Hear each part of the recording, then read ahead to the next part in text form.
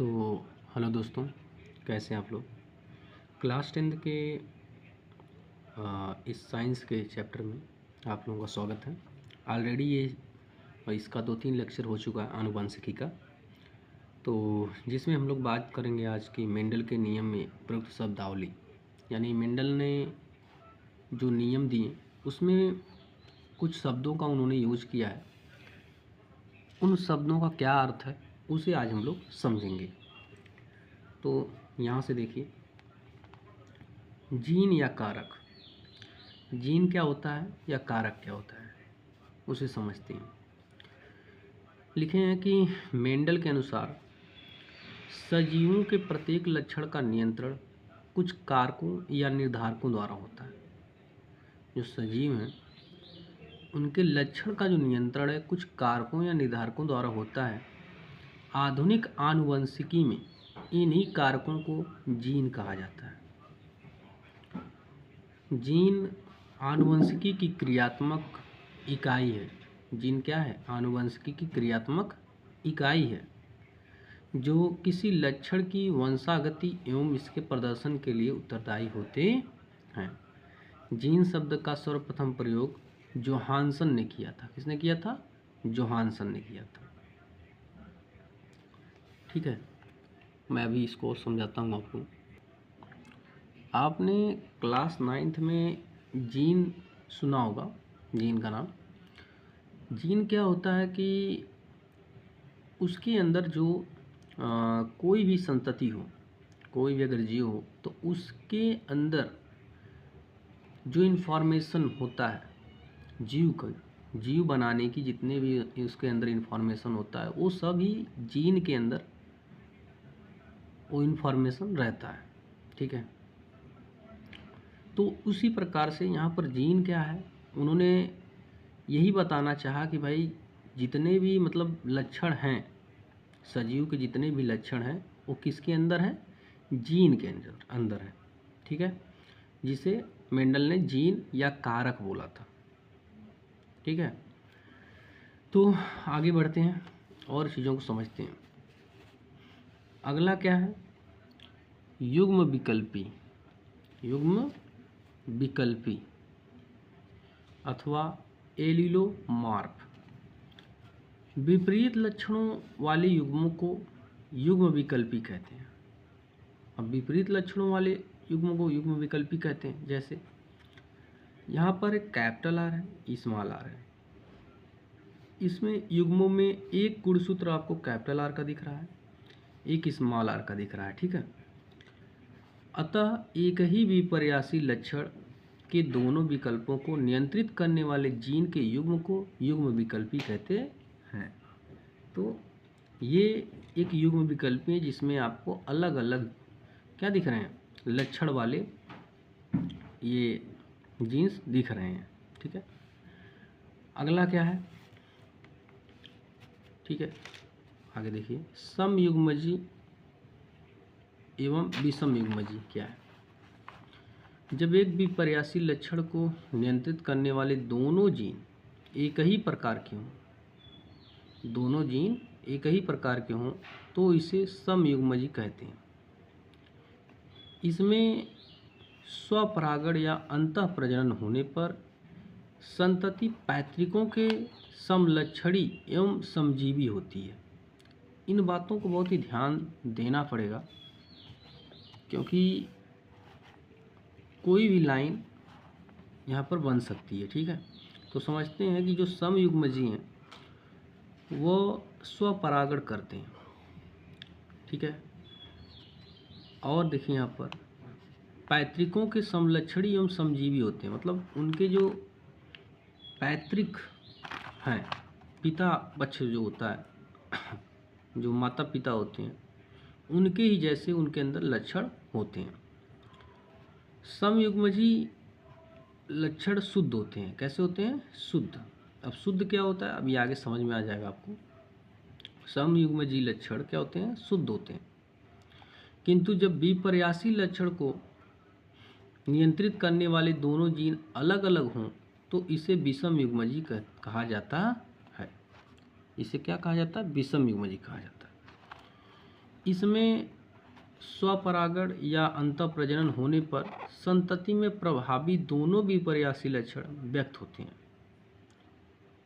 अब प्रभावी लक्षण क्या है, अप्रभावी लक्षण क्या है, उन्हें अभी आगे आपको देखने को मिलेगा। तो यहाँ पर इतना समझिए कि जब विपर्यासी मतलब विषम युग्मजी जो होते हैं उनके अंदर जब परागण कराया जाता है तो वहाँ पर जो प्रभावी होता है, संतति में जो प्रभावी लक्षण होते हैं वो लक्षण आपको दिखने लगते हैं और अप्रभावी लक्षण आपको नहीं दिखते हैं। ठीक है। विषम युग्मजी लक्षण संकर होते हैं। कैसे होते हैं? संकर। अभी संकर के बारे में आपको भी समझ में आएगा। संकर एक और एक शुद्ध। ठीक है, इन्हें आप अभी जान जाएंगे। तो पहला देख लीजिए, शुद्ध जाति। क्या है? शुद्ध जाति। शुद्ध जाति क्या है? ऐसे पौधे जो समान लक्षण वाले पौधों से उत्पन्न होते हैं, वे शुद्ध जाति के पौधे कहलाते हैं। समान लक्षण, इसमें लक्षणों के कारक अथवा जीन समयुग्मजी होते हैं। जैसे यहाँ पर कैपिटल टी, मतलब लंबा लंबा, इसका मतलब है बौना बौना। रिंकल्स रिंकल्स मतलब गोले। यहाँ पर रिंकल डब्लू वाला है, स्मॉल वाला जो आर है, सॉरी स्मॉल वाला आर रिंकल्स होता है, ये राउंड होता है। ठीक है, गोल और झुर्रीदार ये हैं। ठीक है।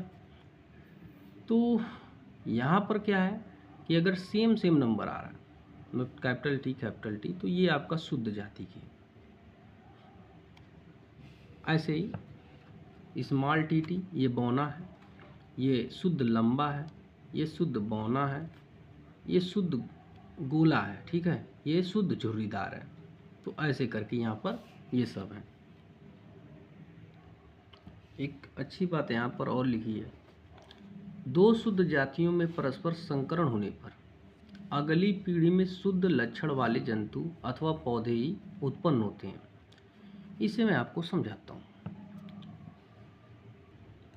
तो देखिए यहाँ पर लिखा है कि दो शुद्ध जातियों में परस्पर संकरण होने पर, तो दो शुद्ध जातियाँ अभी पीछे से मान लीजिए हम लोगों ने ले लिया कैपिटल टी, एक कैपिटल टी लिए, मतलब कैपिटल टी जो आपका है ये शुद्ध लंबा है, शुद्ध लंबा।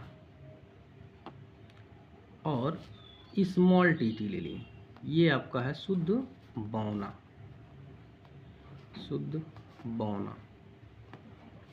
अब देखिए क्या कह रहा है कि दो शुद्ध जातियों में परस्पर संकरण होने पर, अब इनका संकरण कराएंगे तो अगली पीढ़ी में शुद्ध लक्षण वाले जंतु अथवा पौधे ही उत्पन्न होंगे। कह रहे हैं शुद्ध ही आएगा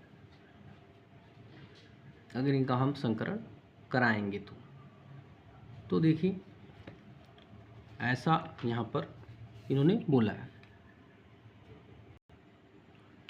तो यहाँ पर इस लाइन में थोड़ी सी मतलब गड़बड़ी है, उसे समझ लीजिए। यहाँ पर लिखा है कि दो शुद्ध जातियों में परस्पर संकरण होने पर अगली पीढ़ी में शुद्ध लक्षण वाले जंतु अथवा पौधे ही उत्पन्न होते हैं, जो कि थोड़ा सा यहाँ पर देखिए कराने पर संकरण मैं समझाता हूँ आपको। यहाँ पर इन्हें लिखना नहीं चाहिए था कि शुद्ध लक्षण वाले जंतु अथवा पौधे ही उत्पन्न होंगे, यहाँ पर लिखना चाहिए था शुद्ध लक्षण वाले भी और संकर लक्षण वाले दोनों ही आपको यहाँ पर संतति मिल सकती हैं। जैसे यहाँ टी का टी से कराएंगे, स्मॉल टी से, तो कैपिटल टी का स्मॉल टी से कराएंगे तो ये बनेगा। ठीक है, लंबा पौधा बनेगा। इसमें फर्स्ट जब कराया जाता है, पहली बार जब संकरण कराया जाता है तो उसमें प्रभाविता का नियम लग जाता है, जिससे जो लंबा होना है वो प्रभावी है, तो इसे हम लोग लंबा बोलेंगे। ठीक है, ये लंबा है। फिर से टी का इस छोटे वाले टी में करेंगे तो कैपिटल टी और स्मॉल टी, ये भी पौधा आपका लंबा होगा। इस टी से इसमें कराएंगे तो ये भी आपका लंबा पौधा मिलेगा। मतलब सभी आपके लंबे पौधे ही मिलने वाले हैं। जब आप शुद्ध यहाँ पर आपको शुद्ध जातियों के जब आप क्या करेंगे, संततियों को लेकर के उनका संकरण कराएंगे तो आपको सिर्फ लंबे पौधे ही प्राप्त होंगे। ये क्वेश्चन होता है। तो यहाँ पर इन्होंने जो बोल दिया कि भाई होने पर अगली पीढ़ी में शुद्ध लक्षण वाले जंतु अथवा पौधे ही उत्पन्न होते हैं, तो तो ये नहीं था, शुद्ध लक्षण वाले नहीं, मतलब लंबे पौधे, सिर्फ लंबे पौधे ही उत्पन्न होते हैं, ये लिखना चाहिए था। तो यहाँ पर थोड़ी सी मिस्टेक दिख रही है। चलिए तो आगे वाले पे बढ़ते हैं और उसको भी समझते हैं। ठीक है, इसको हटाते हैं। अगला क्या लिखा है, संकर जाति। संकर जाति क्या है, ज़रा समझिएगा। ऐसे पौधे जो भिन्न भिन्न लक्षणों वाले पौधों के संकरण से उत्पन्न होते हैं, वे संकर जाति के पौधे कहलाते हैं। इसमें लक्षणों के कारक अथवा जीन विषम युग्मजीय होते हैं।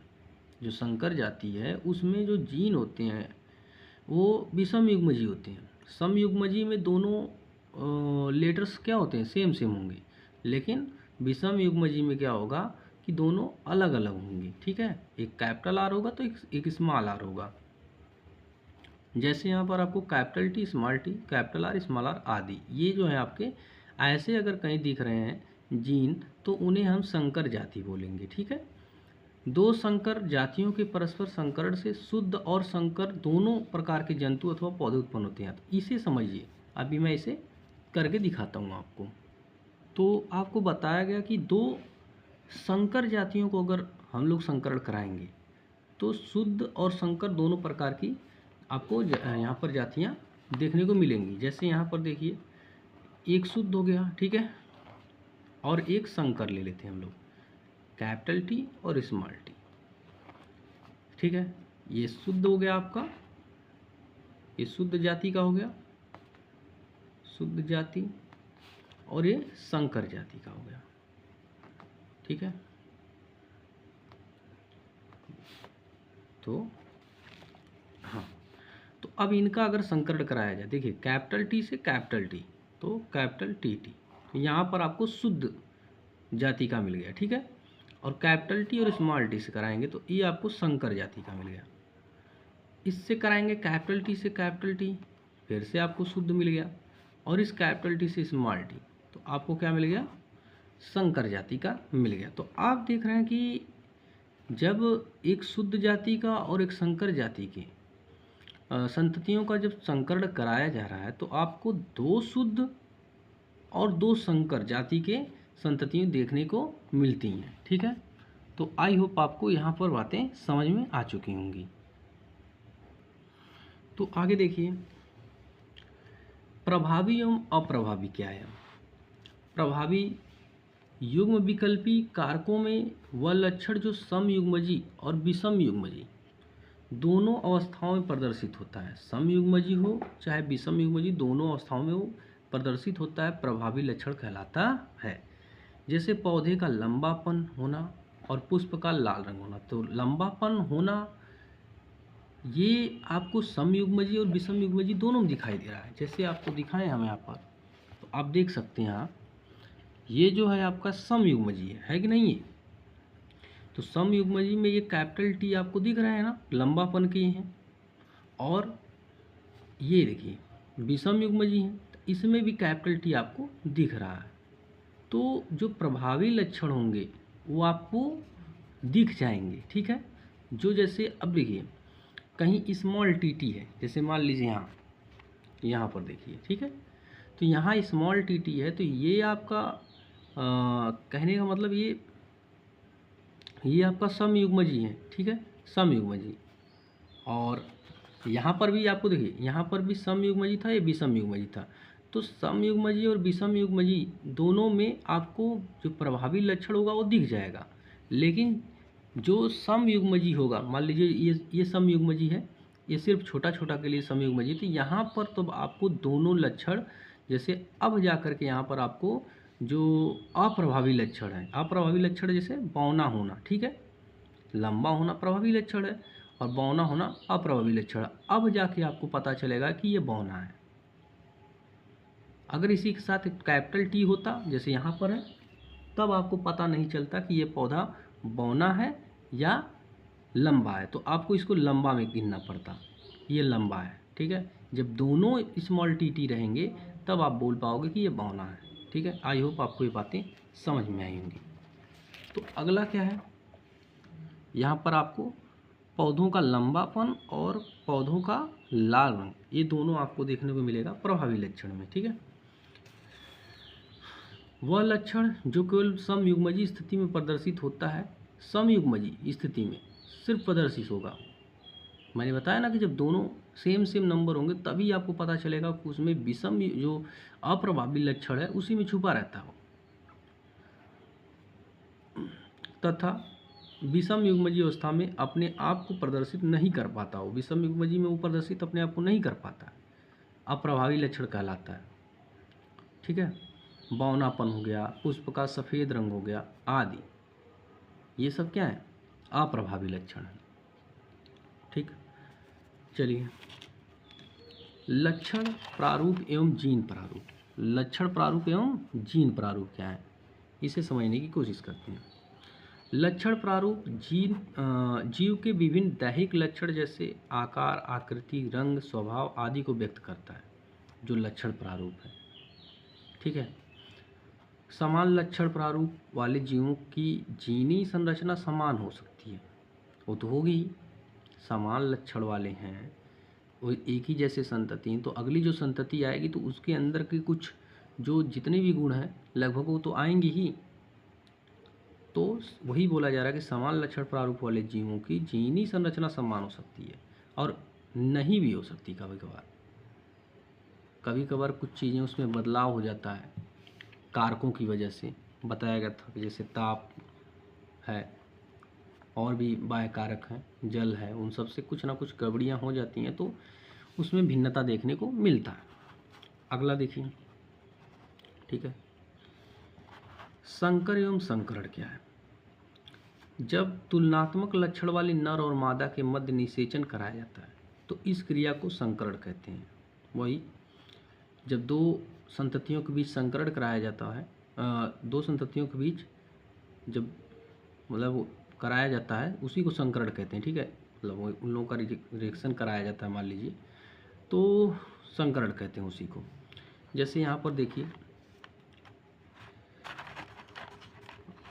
इस क्रिया को संकरण कहते हैं और इससे उत्पन्न संतानों को संकर कहते हैं। जो संकरण कराने के बाद जो मतलब संतति उत्पन्न होती है उन्हें हम लोग संकर कहते हैं।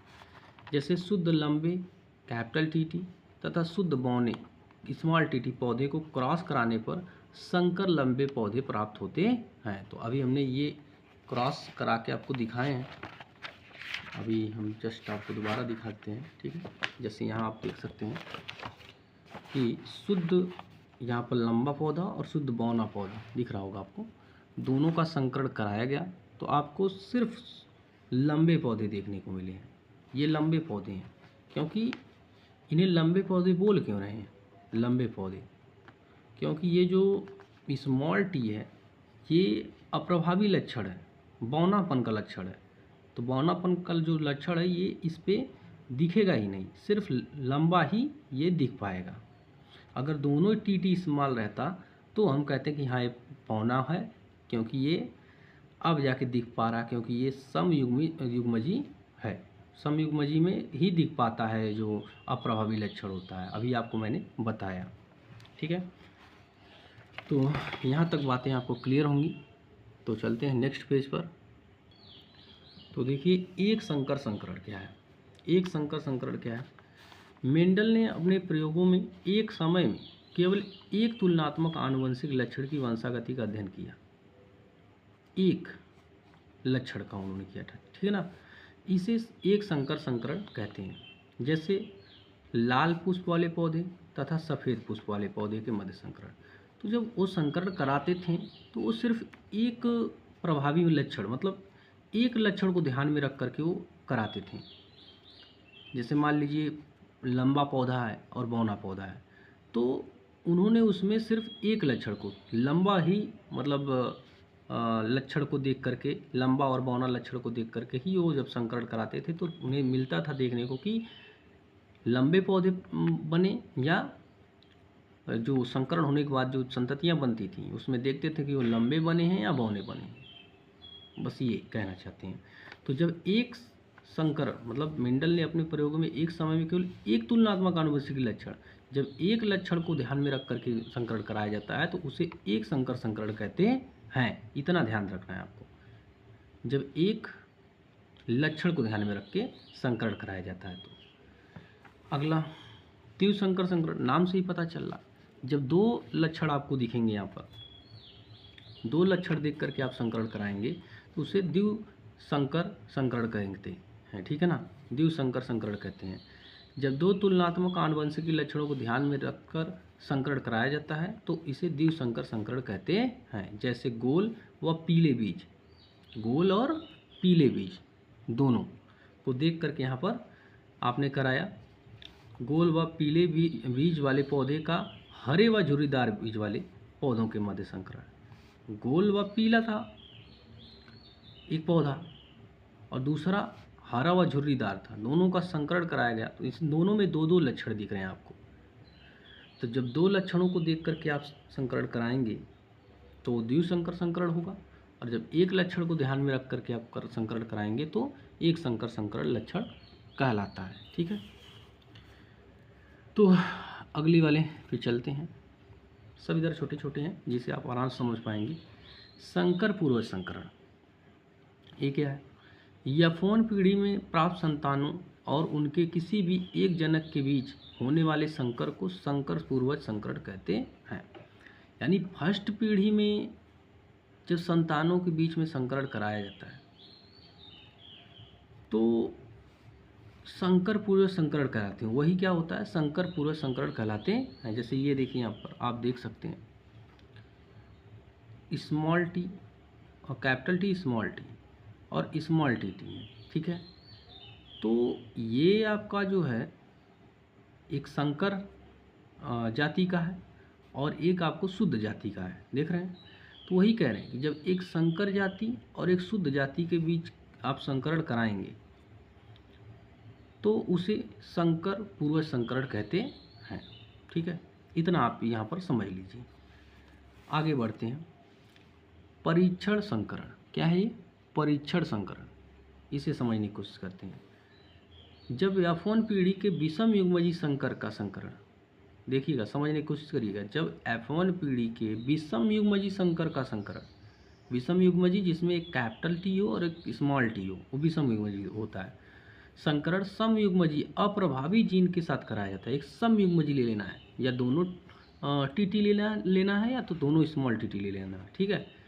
कराया जाता है तो इसे परीक्षण संकरण कहते हैं। तो ये जो होगा, मतलब संकरण होगा, वो परीक्षण संकरण कहलाएगा। जैसे F1 पीढ़ी में प्राप्त संतति संकर लंबे टी तथा शुद्ध बौने पौधे स्मॉल टी के मध्य संकरण, इस संकरण में बनने वाली संतानों में सदैव 1:1 का अनुपात पाया जाता है। तो अब ये क्या है, जरा 1:1 का मतलब समझ लीजिए, ठीक है। इसका मतलब क्या है तो मैं आपको दिखाता हूँ। जब यहाँ पर आपने देखा कि एक संकर जाति का, ठीक है, और यहाँ पर नीचे वाले एक आपको दिख गया यहाँ पर समयुग्मजी और एक आपको संकर जाति का दिख गया, ठीक है। जब इन दोनों के बीच में संकरण कराया गया तो आपको क्या देखने को मिला कि दो आपको शुद्ध जाति के दिख रहे हैं, ठीक है, और दो आपको संकर जाति के संतति दिख रहे हैं।